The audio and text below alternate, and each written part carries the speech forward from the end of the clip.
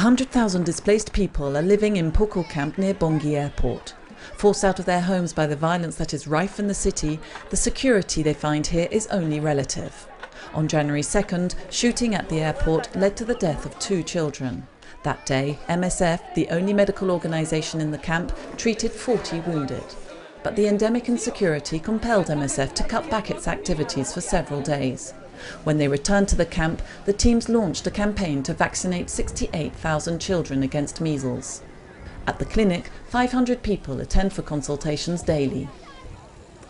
We're doing our best, but we're overwhelmed. We can't manage on our own. We've got to have more help. Where is everyone? I don't get it. We're right here next to the airport. It's not like they don't know. Everyone knows they're here. This is the capital city. Another team is working at Bangui's community hospital. They arrived in September only to see the situation rapidly deteriorate at the beginning of December. We were expecting a dozen or so patients a day. On the 5th of December, we received 120 wounded, another 80 the following day, 60 the next. 30 casualties on average, then it would calm down for a few days before erupting again.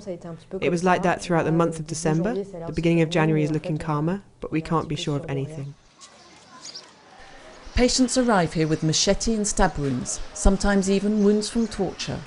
MSF calls on all parties to end violence against civilians, patients and medical personnel in Central African Republic.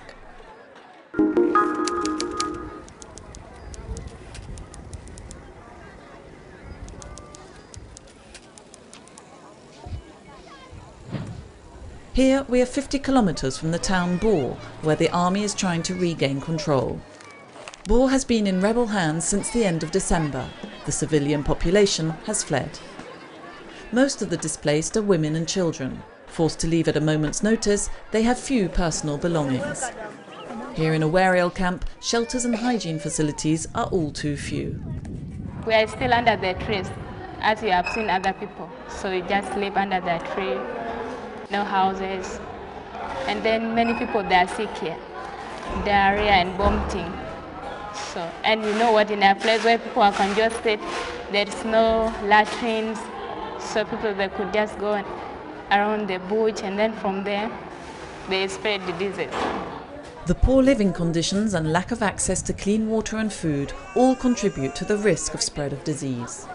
In addition to the 10 programmes it routinely runs in the country, MSF has sent emergency teams to Awariel, Juba and Malakal to enable the delivery of healthcare to tens of thousands of people, despite the current instability and shortage of drugs and fuel.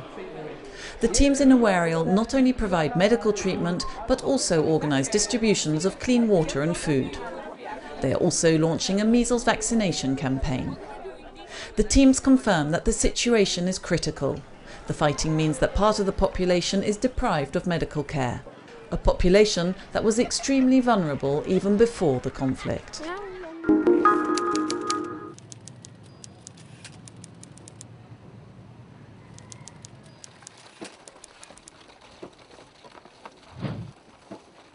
Reconstruction is underway in the islands affected by the typhoon.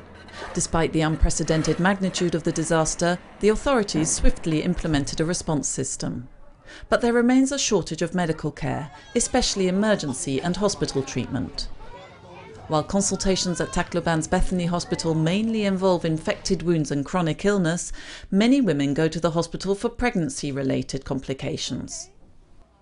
They are very worried about where they will deliver. Food is probably difficult, and most of them have been displaced from their homes, lost their possessions. Surprisingly, all of them are already thinking about what they have to have ready and prepared for the baby, so they're very resilient, I think. The death of loved ones, the sight of corpses in the streets, the loss of their homes, many survivors are in need of help to cope with the trauma. MSF is planning to provide psychological counselling over several months, for children in particular. As the provision of primary healthcare has improved in recent weeks, MSF has decided to suspend those of its activities that are no longer required.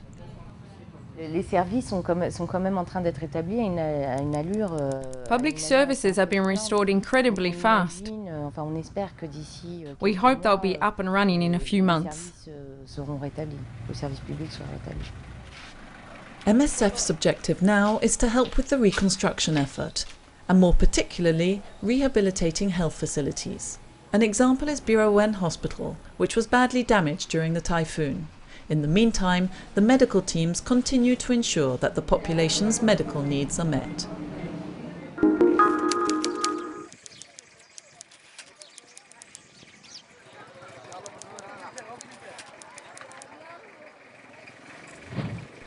Dagahali is one of Dadaab's camps. Set up 22 years ago, it hosts Somalis who have fled from the civil war that continues to devastate their country. The November agreement lays out the practical and legal terms for their voluntary return, a return that many don't even want to hear about. Given the current situation in Somalia, I don't want to return. Despite the difficulties here in Dagahali refugee camp, I'd rather stay here than go back to Somalia.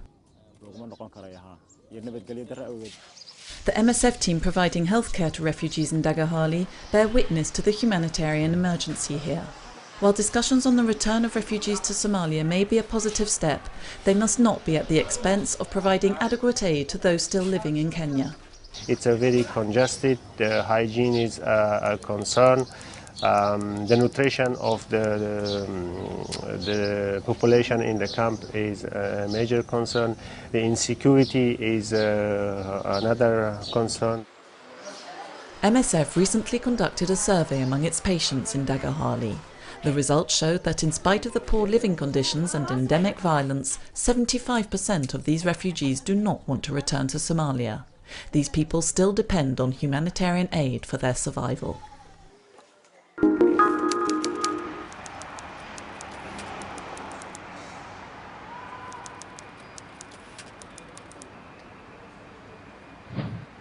Wissam is a psychologist working for the MSF program based in Nablus. She assists patients suffering from acute stress, anxiety and depression. Today she begins with a visit to a patient in the neighbouring village Salem. Taha is a widow and lives with her 9 children. Not long ago, the Israeli army stormed into her house in the middle of the night. The soldiers beat her up, ransacked her home and arrested her son. She hasn't been able to sleep since. But arrests by the army are not the sole cause of trauma. The proximity of Israeli settlers is also a factor of violence. Like every village in Palestine, Salem had a lot of suffering. First of all, there is a Lone Moray settlement beside them, and the settlers used to come down and to harass the people. Also, the soldiers of the Israeli army, they used to enter the houses and to arrest the people. Wissam sets off again to Jalud, a village surrounded by 4 colonies. The psychologist is checking up on one of her former patients, Fawaz, an exchange that helps her cope with the ongoing violence, incursions by settlers and general climate of fear. We keep our doors locked the whole time because we're frightened. They can come at any time without our knowing it.